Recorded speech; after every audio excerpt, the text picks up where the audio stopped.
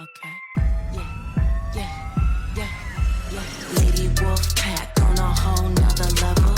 Savage as they come, gang of female rebel. Got the sharpest claws, we got the whitest teeth. We coming for your lunch, but we only bring the heat.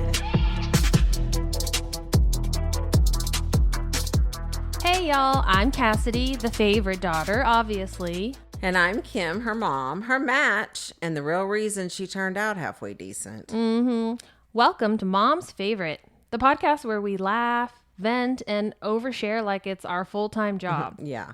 And we're coming straight to you from Austin, Texas, where the queso's hot, the opinions are hotter, and we don't sugarcoat a damn thing. You know, just think of us as Thelma and Louise, but only they're related and they have a podcast instead of a death wish.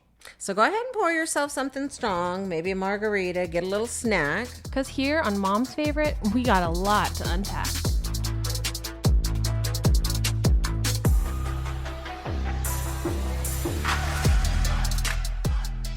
Hello, friends. We're back for part 2 of the Egon Stockenboyer episode. And I guess it's both of our episodes, but Egon was brave enough to sit down with me again after the first little adventure.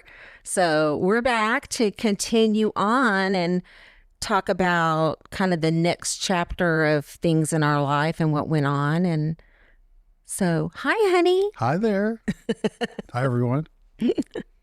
And let me tell you, it was not easy getting him in here because right now is a very, very, very busy time of year. And so for him to give up like even an hour of his precious time is quite difficult.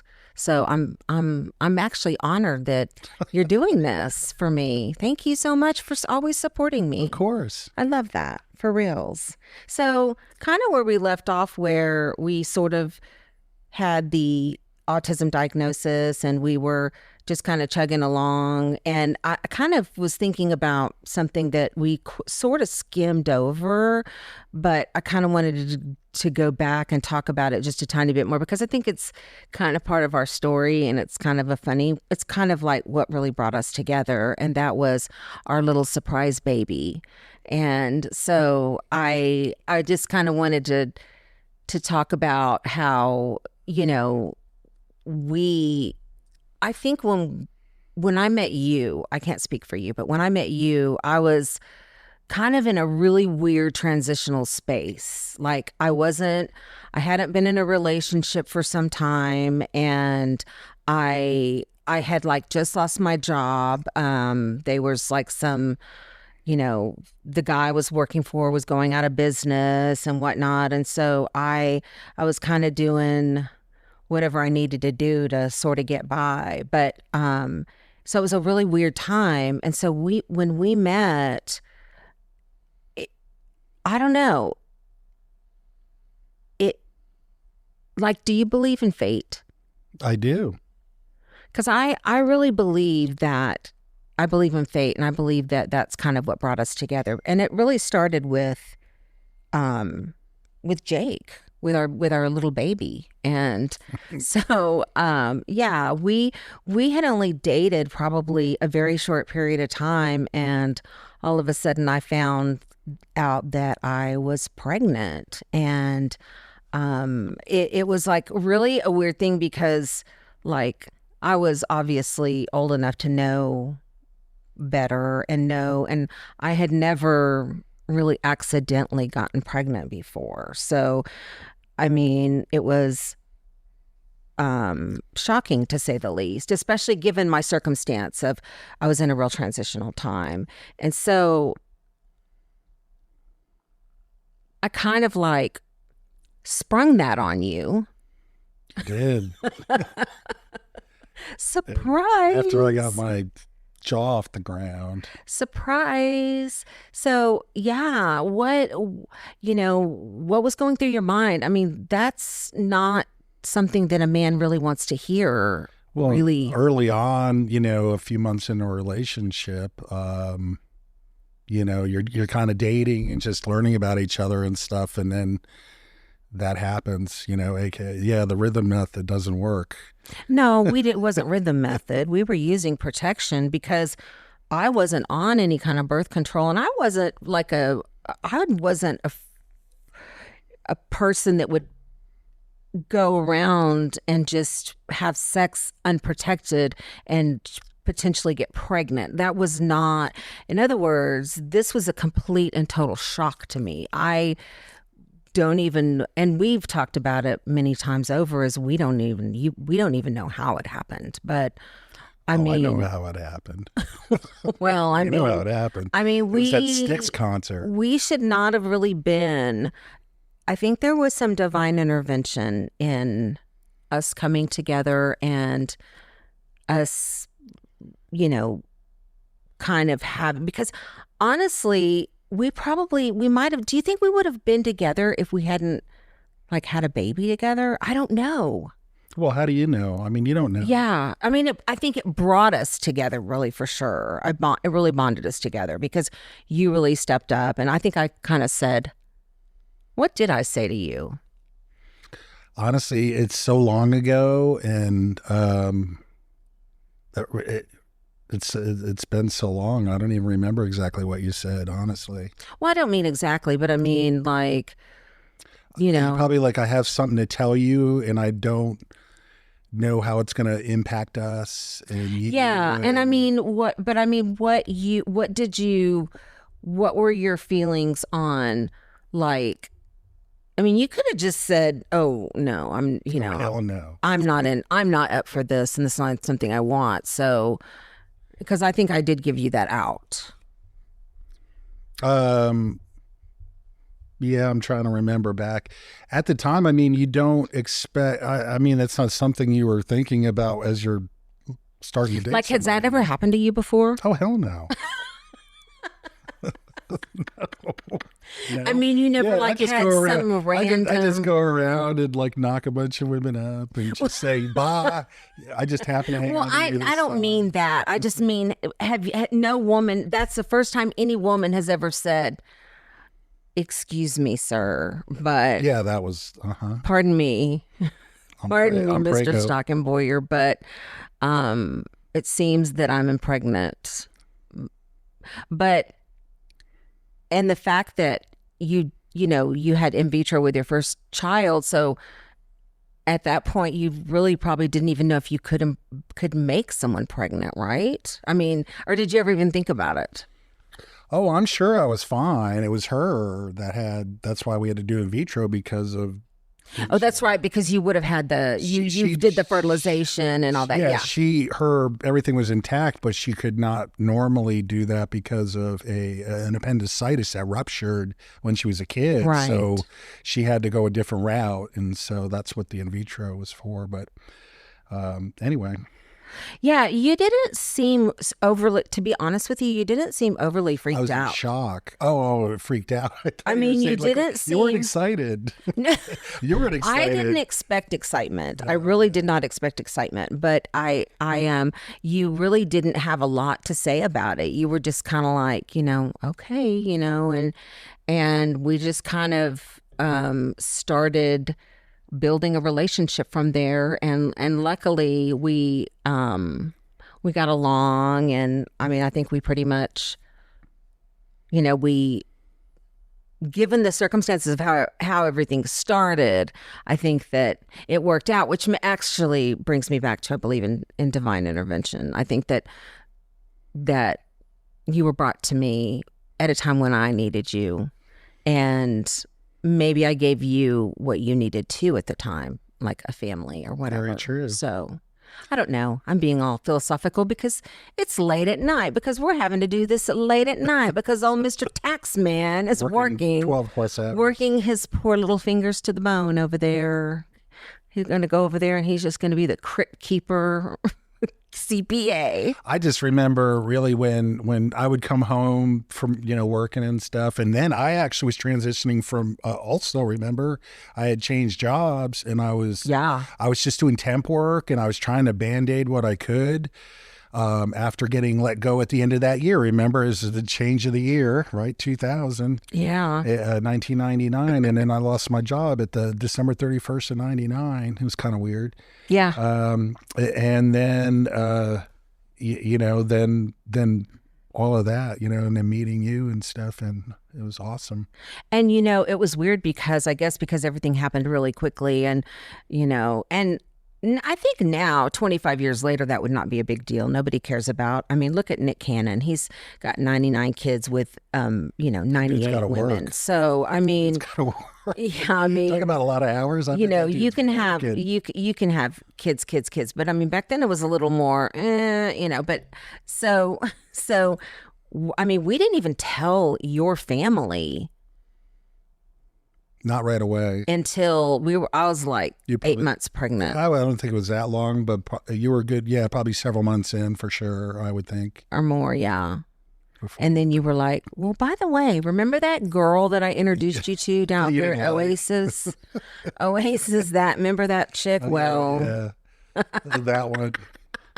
How could you? My mom would say, how could you, Egon? Oh my gosh. So yeah, it was really interesting how we all started, but it did, to me, and this is just me, it didn't really feel weird. Like it felt, I think that was one of the things that endeared me to you from the beginning is I felt comfortable with you. Like I just felt really comfortable with you. Yeah, I agree. And so I think that was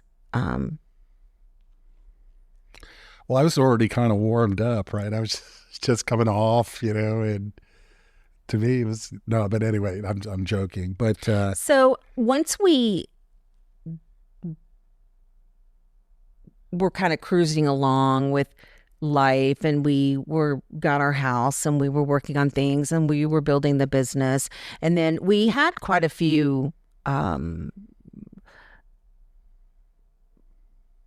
I guess I would say bumps in the road where it came to things like, we lost all 4 of our parents in a very in 10 kind years. of in 10 years. 10 years. And it wasn't like, losing our parents, it was very intensive. Like, in other words, we had to be extremely involved. We had to be, when your dad passed away, the whole taking care of him, being a caretaker for him in his final days, and then oh my gosh, the estate sale from hell. Thank God for that company that came and staged the house and handled everything, and took him 2 weeks to unpack all his stuff, and then he said, oh, these are important papers, you're going to want these, and then is there anything you want to look through first and take? That was Rick, right? I think so, yeah. Or Rex, that's right. Rex. And what was that other lady's name? I don't remember. She actually was worked, a teacher, right? Miss Panzoa. Mm-hmm. She was a teacher at Zilker, and they know, but I mean, it wasn't anything really simple and clean. We had to go through a lot of crap, and it was really a hard time for us. And then losing your mom, I mean, that was shocking. We didn't expect that, and so tell about what happened with your mom. Well, essentially, she had, 2001, and she was driving home and was trying to pass a van that was going slow, and I guess she got a little close. She went into the left lane, and there was a broken down vehicle in the left lane on a 3-way open highway in Florida. Not on the highway, but on a lot of those roads are all 3 lanes, and they're going 50, 60 miles an hour. They're all posted for that. She wasn't expecting to see her car, and of course she slammed the brake on, but she rams into the back of that car, and ends up, who knows if she had her seatbelt on or not and stuff, and getting severely injured, which ended up being, life-threatening. And right. And so yeah, and we knew because it was on Thanksgiving Day. She had terrible driving, and she scared the C-rap out of everybody that that rode with her. And so, yeah, it was very tragic. It was very Thanksgiving Day, not something that you at all are expecting just out of, this phone call that nobody wants to get. And that was probably one of I've only seen you cry like a couple of times. And that was one of the couple of times was your mom dying. I mean, it was just so sudden and so, just like out of the blue. And I don't know, it was terrible, terrible. And she had been getting ready to come to Austin. She was actually, preparing her house to get it ready to sell. And she was going to move here and be closer to the grandkids and stuff. And so she was looking at making a change. And so, really because she did pass away unexpectedly, nothing was prepared, and her whole life was a mess there. Her whole house was, I mean, not like a hoarder mess, but it was, just she was doing some construction projects, and she was like halfway going through stuff to move. And then, and then literally you and your brother and Libby had to go through all of her stuff in her house. And she had a pretty good sized house in Florida. About a week. We were there a week, and then we loaded up 2 U-Hauls and figured out, what do you want? What do you want? What do we don't want? And I have to say, the realtor at the time was awesome. She said she spent an entire day there with Salvation Army taking out all the furniture that we had left behind. We just said, we don't want to mess with this. Let's just donate it all and call it a day. And so she stepped up, and it just so happened the real estate market was pretty good then. It was like on the uptick. And so we had no trouble selling the house because neither one of us wanted to keep it or anything like that. But, well, you're walking into somebody's life. And so like the lights were on and stuff was around. Yeah. And, well, she was just running to Home Depot, so yeah, but it was on Thanksgiving Day and everything was shut down, and then she probably went down there and it was closed, right? Because she ran out of something and she was doing a wall.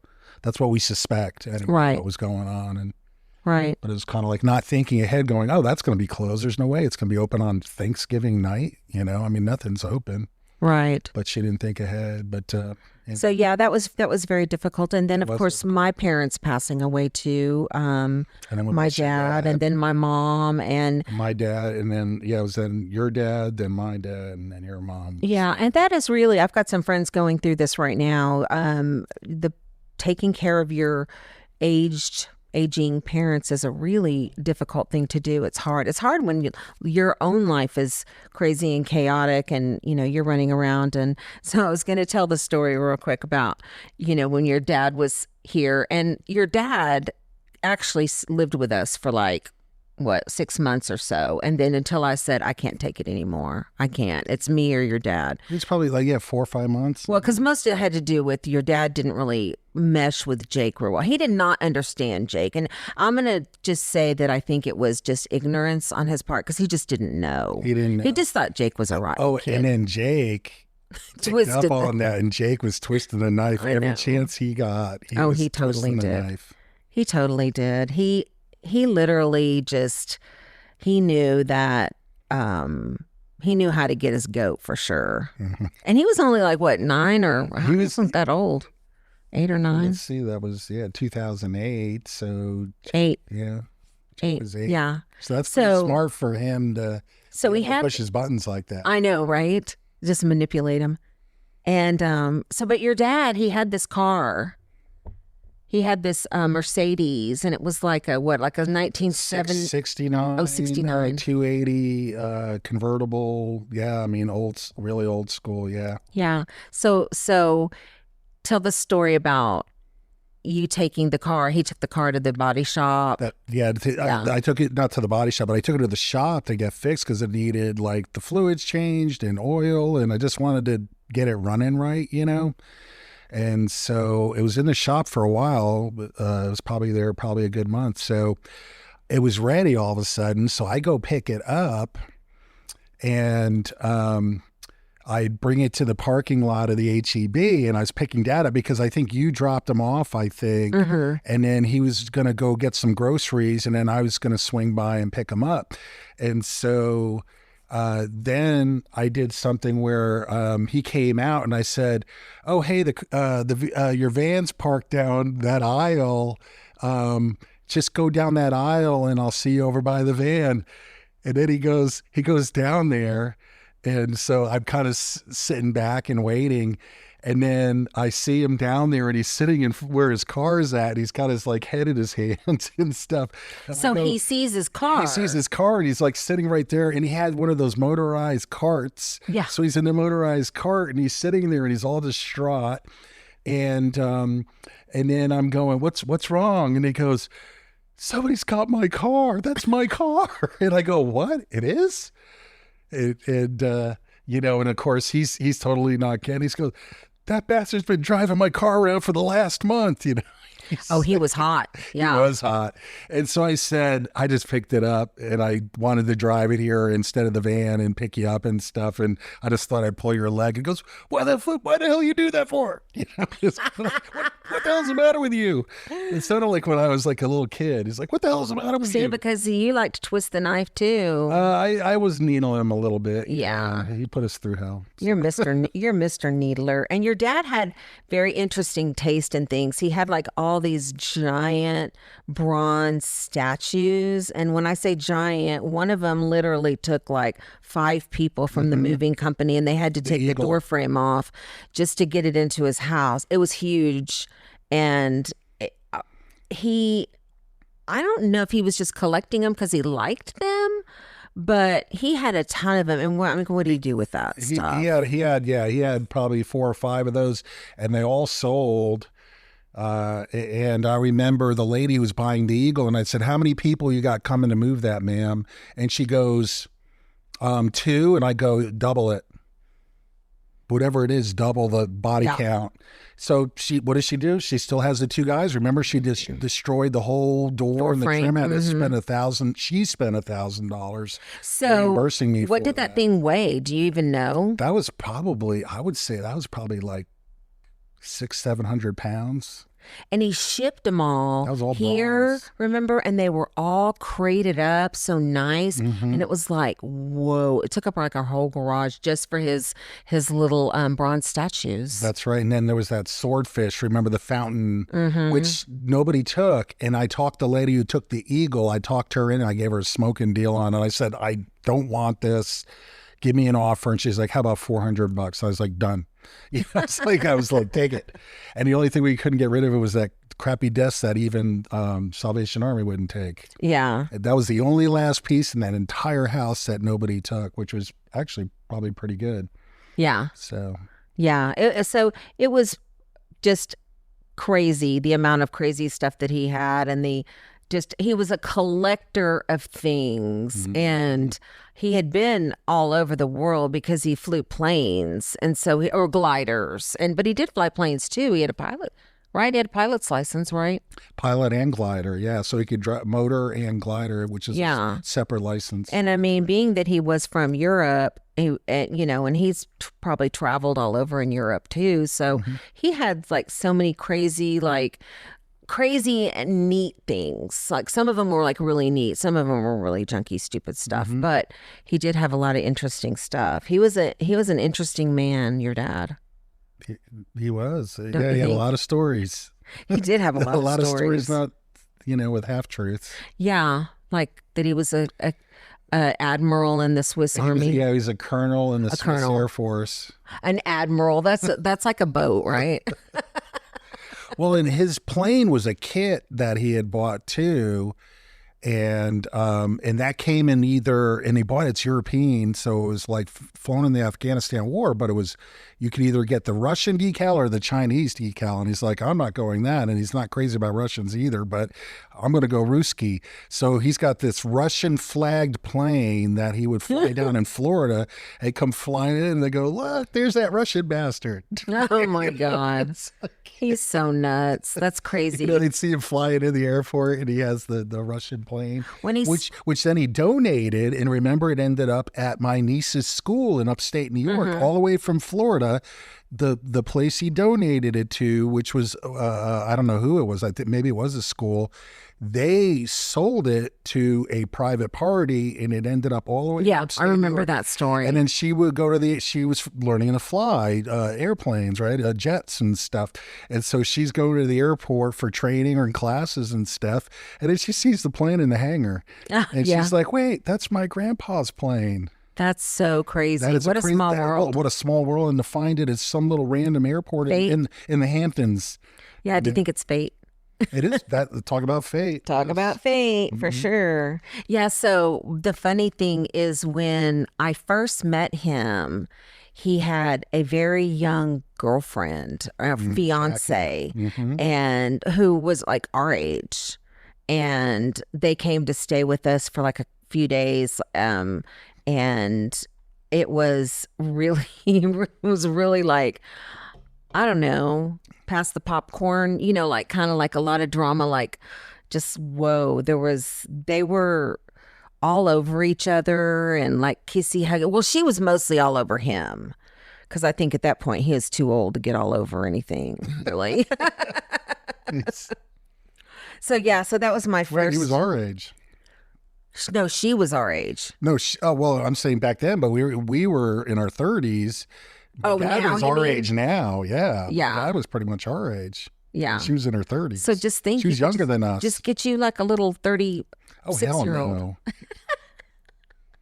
Remember, and she was all. You got to get him premenopausal, I guess. She was all bending all over him, and she had on these like tidy whitey shorts and like no undies, and I was like, oh my God, you've got to go, lady. You're getting on my nerves. So,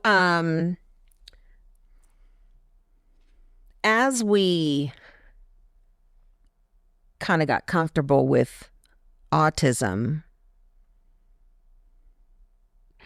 we all of a sudden were kind of thrown a curveball with Jake. And I don't want to go into a big old long pandas spiel because I'm going to do a pandas piece separate. And kind of cover a lot of the real details of what we went through, because I think it would be very helpful for some families to know that they're not alone, that that it's a hell that there's other people going through, and kind of here's what we did, here's what helped, here's what did not help. And so that I really want to do that. But for now, I want to focus on kind of from your perspective and from where you were sitting. What was it like? Like, what was it like dealing with all of it? Because I make no bones about it, was pretty hellacious for me. I agree. But you don't talk a whole lot about, what it was like for you. And so what do you think? Well, a lot of it had to do with me because, of course, then, you're trying to keep your life going and everything too. And so, you have those times like now where I'm absent and stuff, that when Jake was so unstable, of just trying to manage that it's just, and not being able, because we're fixers, men are fixers, we want to solve problems, and that was one of those things that we couldn't, we were trying to figure out how to fix it, right? And it took a long time, and just even to get diagnosed, it took forever. And I remember when Jake went to Shoal Creek the very first time, and we were kind of like, what's going on? And remember, that's back when they would actually accept autistic kids, now right. They don't even do that anymore. But and you had mentioned something about, somebody told you something about pandas, this thing with the strep and all that. And then it was just kind of like an idea, right? Right. At that moment and stuff. Or a theory. A theory about potentially what could be going on. And then you try to go back and you try to look for, were there any warning signs? Because I remember he entered high school and then he had that real quiet mode point. because we already had, I think in his freshman year was kind of when it started. He was about 15 then. Mm-hmm. And he went to this quiet mode where he's really silent when he started school, remember? We're like, what's going on with him and everything? And then he just kind of started amping up a little bit, and then he's doing some elopement stuff, where try to take him to the movies, and he's running all in the different movie theaters and things, and it was just, okay, we got to go, we can't go to see. I mean, I think we had what I would call mild behaviors before pandas, but once pandas set in, those mild behaviors became giant, horrific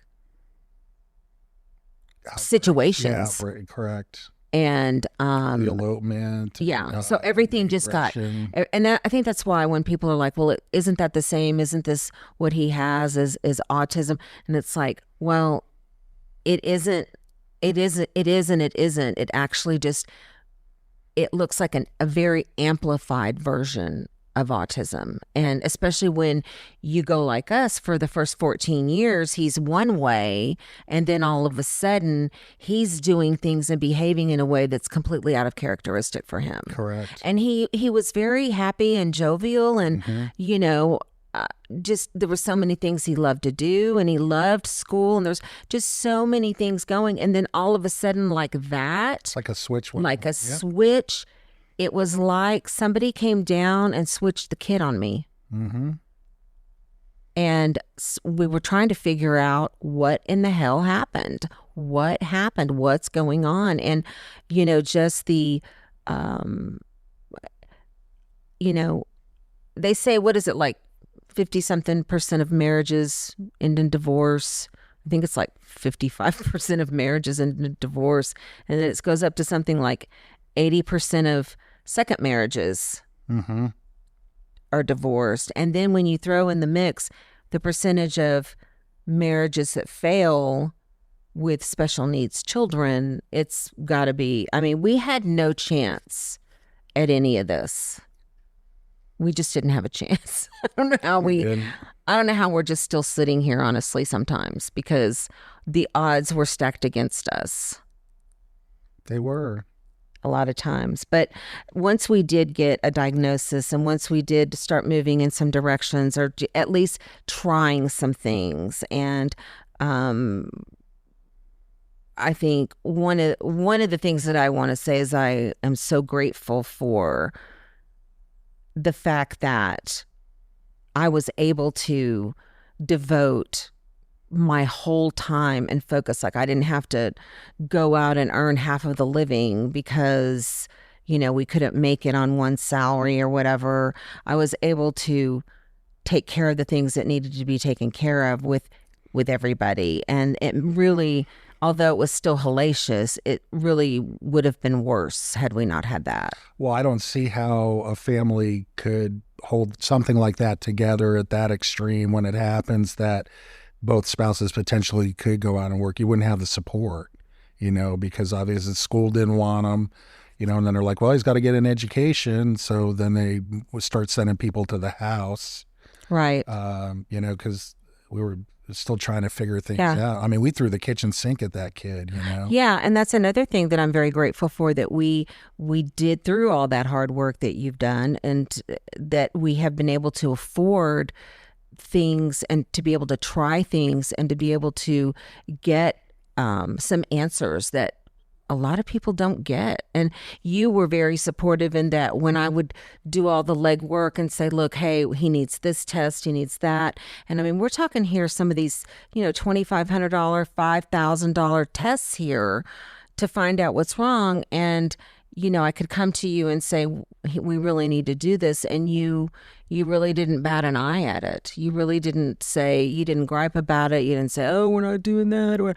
And I know I make cracks about you being very tight sometimes, but I mean, you trusted me. You trusted that I, if I said we needed this, then you trusted me. And I think I did okay, except for Linda Mood Bell. Linda Mood Bell was, do you remember them? The name sounds familiar. It was that reading program that was supposed to be top notch, and I took him to that's Dallas, right. and Oh my gosh. and I jumped on, and it was supposed to be like life changing, like help with his skill. Anyway, that was a very expensive. Did not work out at all. We didn't get anything from that at all, which was unfortunate. That was 10 grand. Yeah, at least or more. Yeah. It was. So, but anyway, that was. And they threw him out on the last day with like an hour to go. Right. There were many a times where, I mean, I can't speak for you because you never, I have to say one thing, you never threatened to leave. I threatened to leave at least once every day. I'm not kidding you. Like, I just want to get in my car. Well, and you see like where people get to where they feel like they're at the end of their rope, like that Australian family not too long ago that committed suicide, and their kids too, because they cut off their funding to get support, and they were peeling back on their support. They felt like they couldn't handle it anymore to be that distraught, and they looked like a very normal, right. Happy family and stuff, but they were, it was just so overwhelming. Yeah, it really is overwhelming. And they had 2 children, I think, that were. They did. They did. That was. Were they pandas also, or no? They didn't mention that, but they said they were severe autism. They were severe, so I think so. That's a big sack of rocks to carry. Yeah. And a lot of people don't understand. I think that's why our friends that have children on the spectrum, that we're so tight, because we get each other, and then if we get together and they've got their child with them and their child does some crazy shit, nobody cares. You know what I mean? Right. We all roll with it, and sometimes we do it too. But sometimes we start doing it too. Yeah, exactly. We start repeating some of the words, but it's just kind of we're used to it, and we get each other and what we're all going through and support. And that's been extremely helpful, having that support, right, and building those great friendships too and stuff. So. Right. It has been very, very life saving for us, for sure. And the thing also too that we deal with, not only with the pandas, but what comes along with the pandas and pans is also these co-infections. And one of Jake's is he has Lyme disease, and that's a whole nother can of worms of treatment, and it's autoimmune. I mean, I don't know if Lyme disease is autoimmune. I know pandas and pans is, but Lyme disease is something that once it stays in your system, and God knows, I don't know how long he's had it, but once it's there, and it's something that we have to treat probably for the rest of his life, unfortunately. But at least we know what we're dealing with, and it doesn't help with the fact that we still have to deal with ups and downs from time to time. But let me tell you, it is a whole lot better than Absolutely. It was. A whole lot better than it was, and he's doing very well. Well, he's doing well. I won't say very well, but he's doing well. We still have some bumps in the road here and there, mostly due to illness, mostly when he gets sick or gets exposed to strep or certain things that even today we don't know everything that triggers him. Right. Because I think there's other things that trigger him too. And we kind of know, like, he starts, like, it almost like before he starts ramping up, he starts getting like those little boils and stuff. Right. So we kind of know he's getting ready to, a warning sign that he's getting ready to flare. Of course, then something could set him off too without any warning at all. And all of a sudden you're like out of left field. He's just like, goes from 0 to 100 in a second. And you're like, what the hell just happened? I know, right? I know. But it's something that we will probably work on the rest of our lives. And because you know me, I'm never gonna give up on making Jake's life better. That's just not gonna happen. So I think in a situation now, being up there with Josh and Kiki, I think he's living his best life right now. Oh, he's living his best life. He's got a very active lifestyle. They're very active. He's at the gym. He loves socializing with people at the gym. I know he's just totally in his element and stuff. And he hangs out at the barber shop. They love him over there. I mean, yeah, he's definitely Thank God made for that. made a good circle there, and I'm ever so grateful for that, for sure. So the other thing that I wanted to talk about that we kind of didn't get to talk a whole lot about was your relationship with Cassidy, and I so love how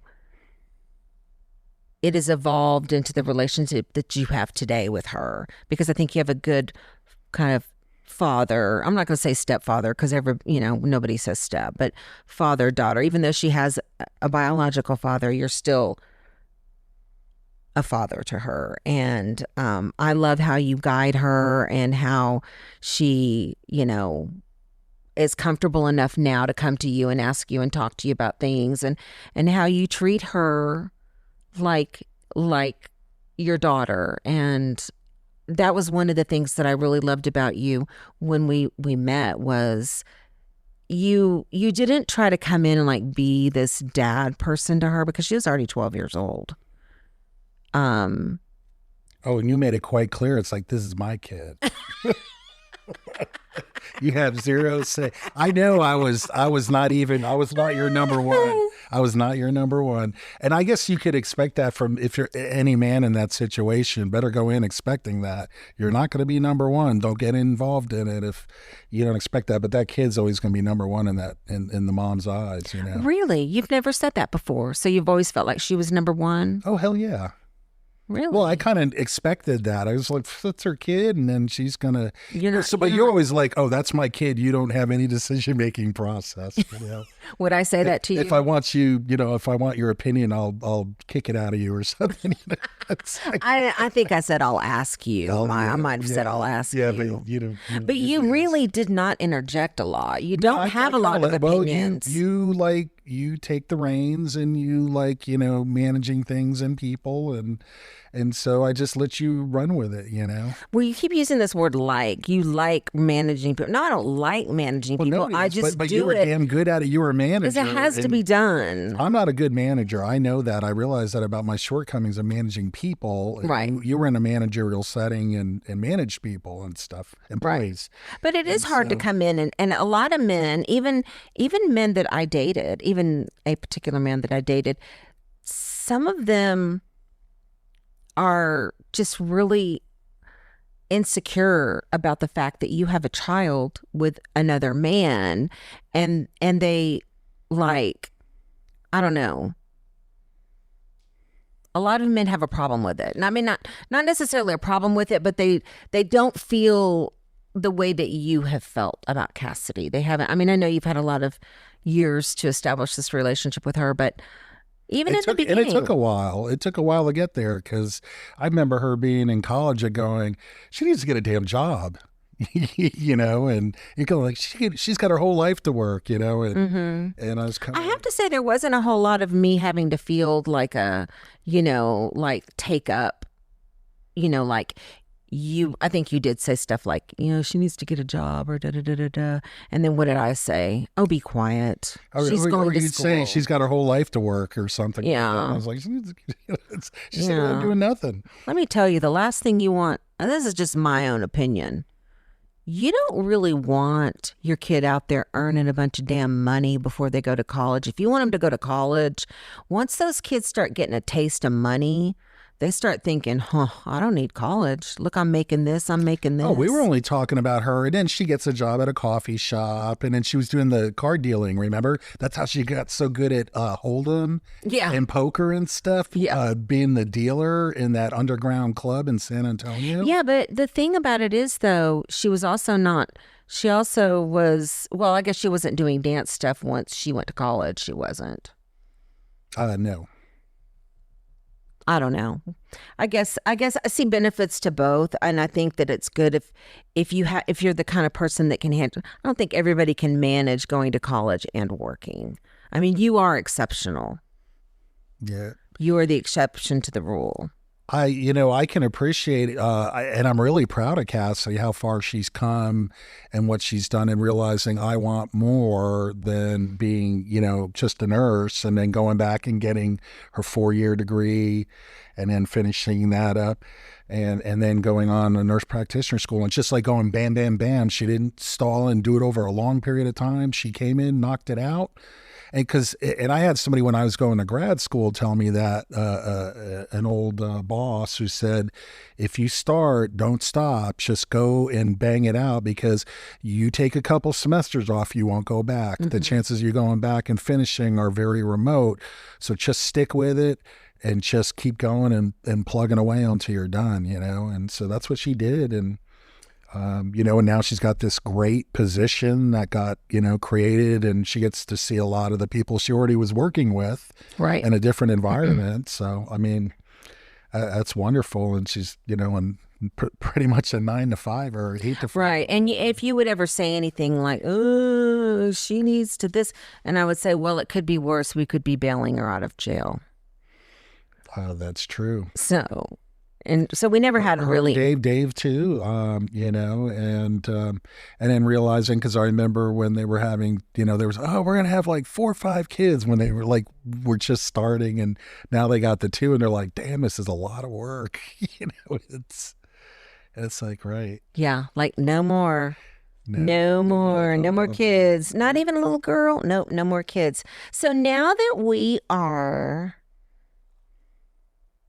I would say, sort of semi-empty nesters. I don't want to say that. I feel like if I say empty nesters, like the whole bottom's going to fall out of everything, and Jake's going to be moving back home. And then 30 days. So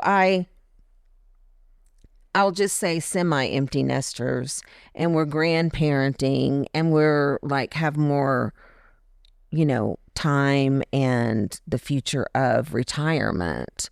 What do you want to do? Man, I see that, I could see retirement. I wouldn't say it, probably more of a semi-retired role, or something where you could maybe, in my line of work, embrace the seasonality of it, and then just kind of cut it off from there and say, okay, I'm going to have this time and this time twice a year, and then that's going to be it, and the rest of the time I'm off. Right. And scale it back to a place where you could actually be off 6-7 months a year. That would be awesome. And it's just maybe, responding to some emails and things like that, and be able to go travel more, for sure. And then definitely play some more golf. I'm tired of getting texts from Adrian and Steve like every few days of them on the golf course and giving me the finger, and a picture of them on the golf cart doing that. And I'm like, God, I'm jealous. I want to be out there and stuff, Yeah.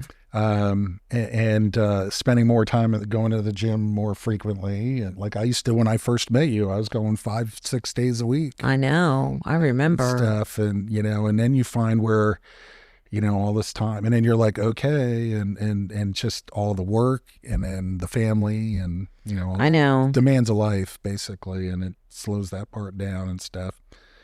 And so but I see all that in the future, and then spending just some more. And if it's even quiet days, that's one thing I love about you, is like, you want to go out and do stuff, but then there's times you just want to chill at home and not go do anything. I love that, because if you were somebody who's like, go, go, go, go, go, go, go, there's people like that. They just got to be going all the time and aren't comfortable of just spending a night at home or two and, and chillaxing and watching a good movie or something, or a good show that we both enjoy and that kind of thing. And so I like that part about you. It's nice to not have to go, go, go, go, go. It's nice to be able to sit and, watch a movie or, spend an evening and not have to be worrying about all this stuff going on and things you've got to do. And I mean, less is more, and, like untethered, like Shelly says, and get all the shit off your plate so that you can sit back and do what you want to do. But sometimes it's nothing. I find as we get older, I see that even with my own clients who are heavy in the real estate, and they owned a bunch of properties for 20 years now, and they're going, I'm tired of managing properties. I'm tired of getting those calls in the middle of the night. You get less tolerant of all the hard work you were doing previously. And I think that's just kind of the end of your career life cycle too, that people, as you age, you want to simplify things. You don't want things complicated. And so that's kind of part of it, is just getting rid of the things that are hard, right? And trying to minimize that. Well, life is very stressful for just in the general. I mean, keeping up with everything and all the, goings on when you're like us, we have a business and we have, properties, and we have a kid with special needs. We have a lot of irons in the fire. And so we stay busy just in the normal, even if, because sometimes I think, do I want to get a job? Do I want to go to work? Do I want to, and I'm thinking, how? Who would do what I do? And even though Jake's not here, there's still a lot of stuff. There's still a lot of stuff with his care that's ongoing. Right. Because all the agencies and everything that we're still involved with on a regular basis. And it's way less. It's way less than what we would do what we were doing before, where I was managing it, because that is a lot. But it's still, like, for example, it's time for me to do guardianship again, already, to do guardianship paperwork. I just finished that. It's like, and then I just had to do his Social Security. I mean, there's still things that have to be kept up with, and not to mention his medical care. And the thing that I keep thinking in the back of my mind is, we never know when he's going to come back home. We never know when it might necessitate that our situation may have to change in some way. So I think the thing, I was thinking about this the other day, because remember how one of the things that did keep us together, kind of the glue, I would say, was we made a pact. Remember this?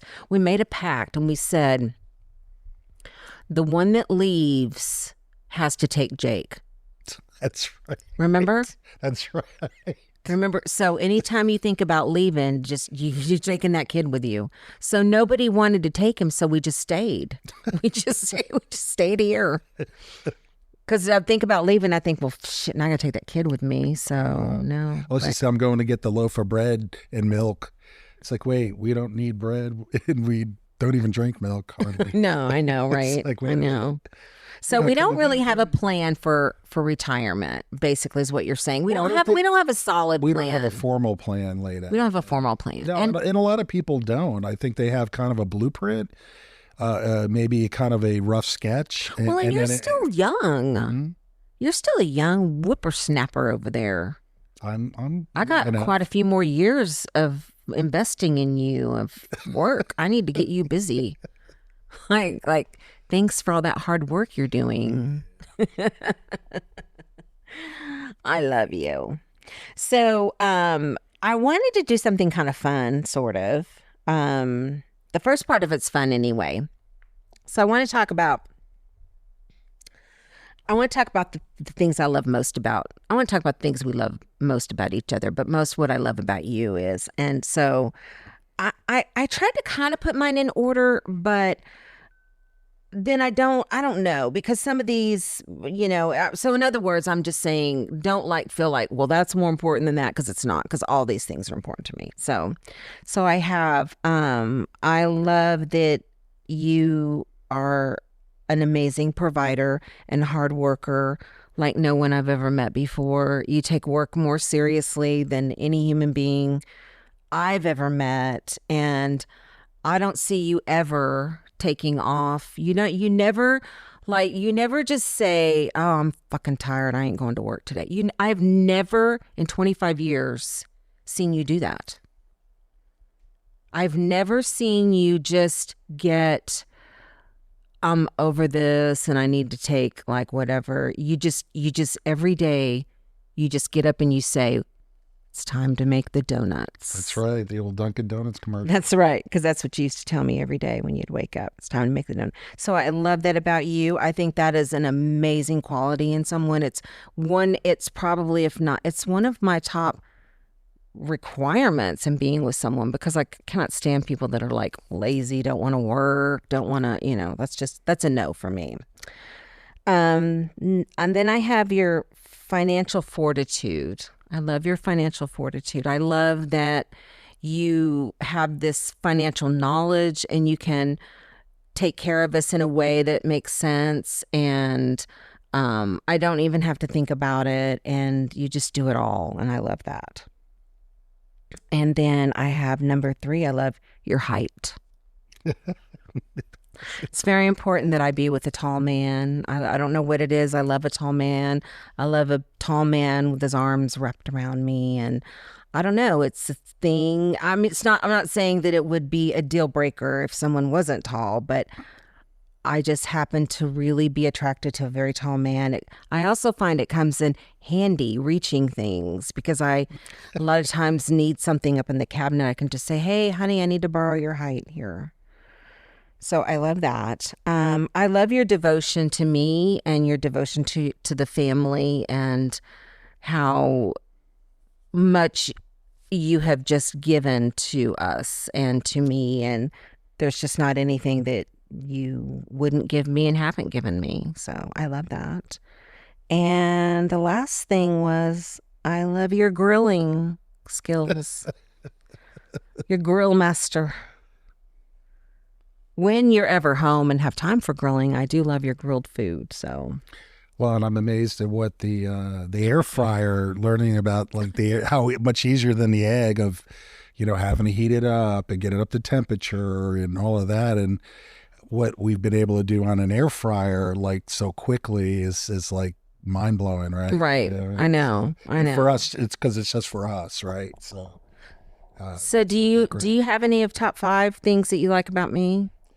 Yeah, I also kind of wrote them down too. Yeah, my brain's mush after. Oh, I know, me 9 too. hours a week, and the long day today. But yeah, I want to say it's like how you love. I think that's really like with your family and your friends, and you're really selfless that way. You give it your all.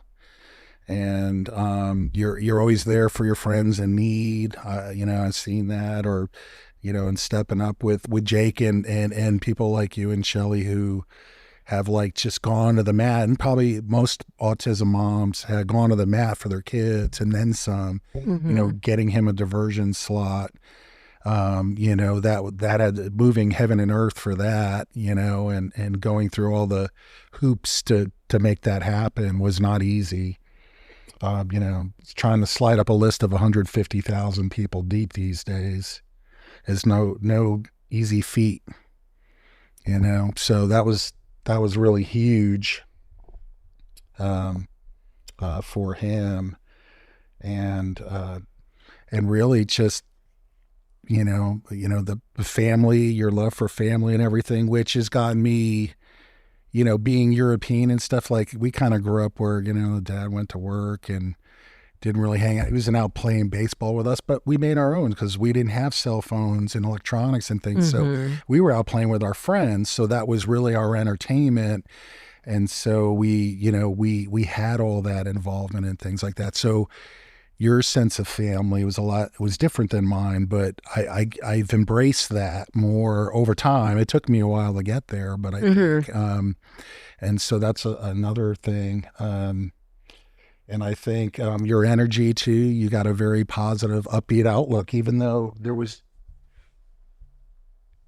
many times that you don't feel like that, and having the strength to go through. You're one of the most strongest women I know. So even though you say I'm not, but I've seen that strength before. So it's definitely there. And in making life interesting,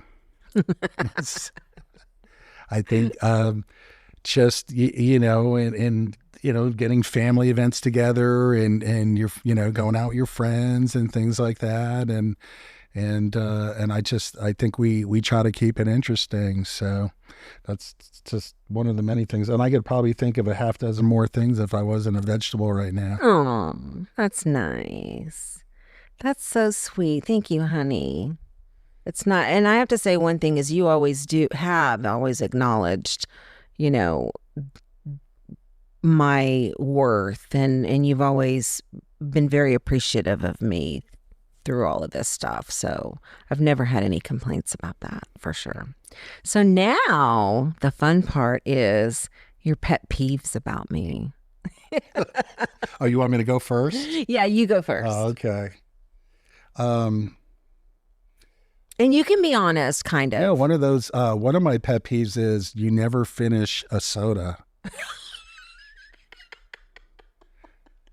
I mean, it's like when we would go on the campouts and the kids would be running around and Steve made a smart move. He buys the little half pint waters, because the kids would open a water and take 2 sips out of it. And Except then the little ones cost twice as much as the regulars. But it was still cheaper but then we would have all these little ones laying all over the campground on the Sunday. Because everybody kept getting a fresh one. They kept getting a fresh one. But then he was like, but I got tired of getting the big waters, and then nobody drank them. So it's kind of that same thing, but you drink so you start getting the minis, and guess what? Those are twice as expensive too. I know. Luckily, I really don't drink that much. I'm kind of on the down slick of sodas, because since it's so bad for you. But yeah, you're right. That's not. Yeah.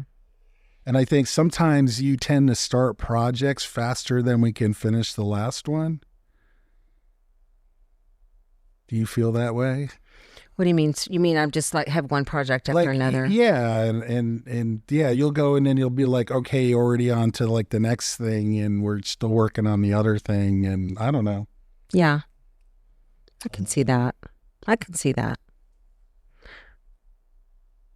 And then sometimes with the phone, I think sometimes the phone, I think you're more interested in the reels than talking, because I'll say something and then I don't even get a response out of you. So I just don't say anything, and you're all got your phone right there, and you're into a reel or something, and it's usually not anything, but that's good because that's your escape.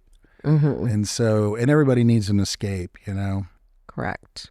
So I think that's okay. I don't have a problem with that, but I would say probably the soda is the worst. What? No, that can't be. I don't like the way you put that toothpaste back. I mean, what's there must be more pet peeves. What about all that money I spend of yours? Oh, the retail therapy? Yeah, the retail therapy. Or, hey, shopping is not a hobby. Well, remember how you said that you would be so rich.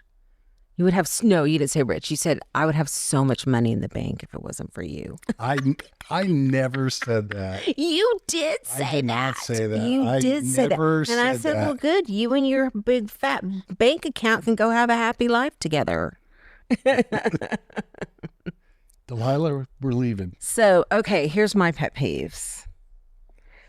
Number one, I have, you're a no person and you are a killjoy.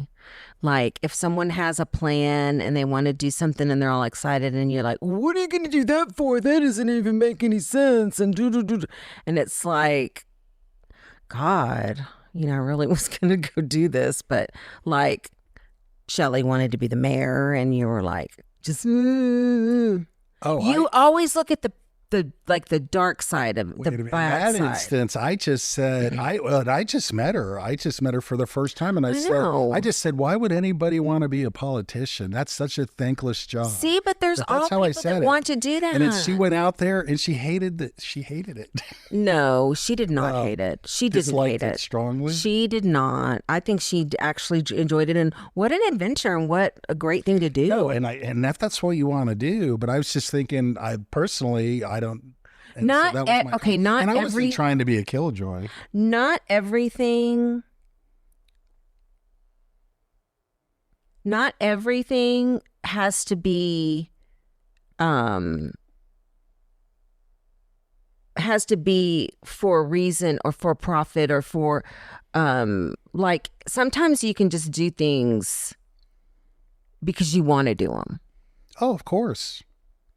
Absolutely. Because I really want to do this, like this whole podcast thing, for example, like makes no sense. Why do I? Well, I mean, you could tell me a million reasons why I shouldn't do this, But maybe the one reason is, but I really want to do this. Right. And I supported you in Oh, you did. Oh, you for sure did.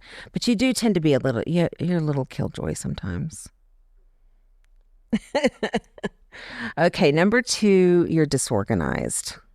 Yes, because I'm mentally scattered because of how overworked I am. I get that. So you're scattered, and so you're like, okay, I got to deal with this task at hand, and all this other clutter around doesn't really matter. I don't even see it. I know this about you. You don't even see it. Number 3, you have no work-life balance, and you're in complete denial about it. I wouldn't say I'm in denial about it. No, I agree with that at times. There's definitely times that there isn't a balance. I agree. Yep. And number 4, you ramble and get off topic. Like if I ask you like a simple question about, hey, do you want to do this weekend? All of a sudden, like 30 minutes later, we're talking about something way off of topic, and I still don't know the answer to the question that I asked you. That's the way I feel a lot of times. Like, ugh. Maybe it's a little of the ADHD. Stick to the topic. It's something shiny. I know. Like me shopping. It's something shiny. That's it. That's all my pet peeves about you. I really don't have a lot of pet peeves because I've worked out most of them in you. I've worked them out.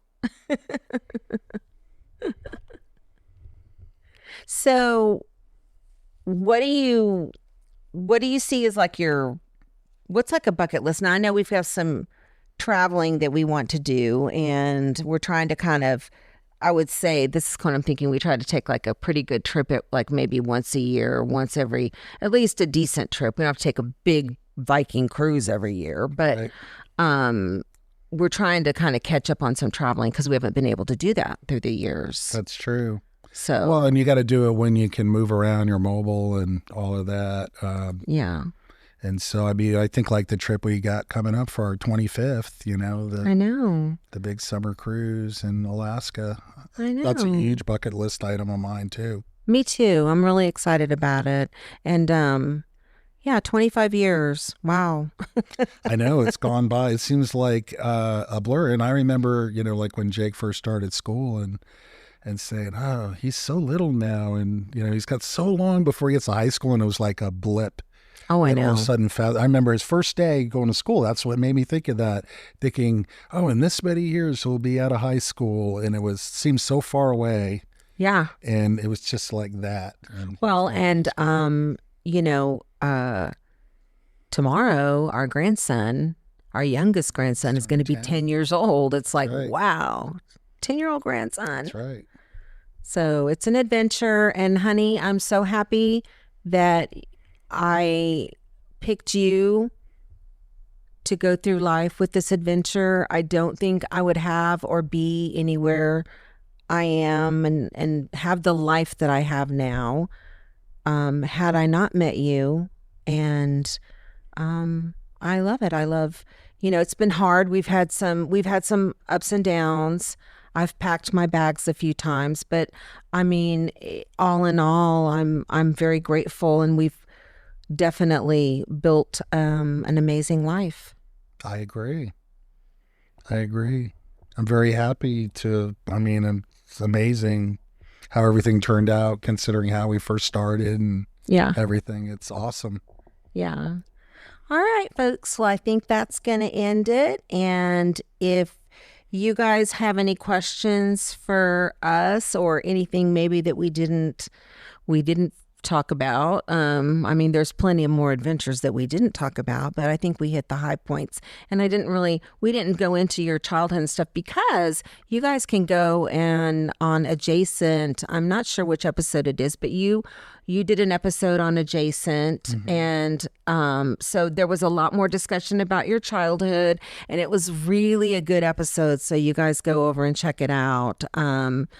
where you talk more about your parents and how they met and things like Mafia that. upbringing. Yes. And so I didn't really want to recover all of that because it's already kind of out there, but it is very interesting. So go check that out. And I look forward to maybe in the next few years we can get you back on here.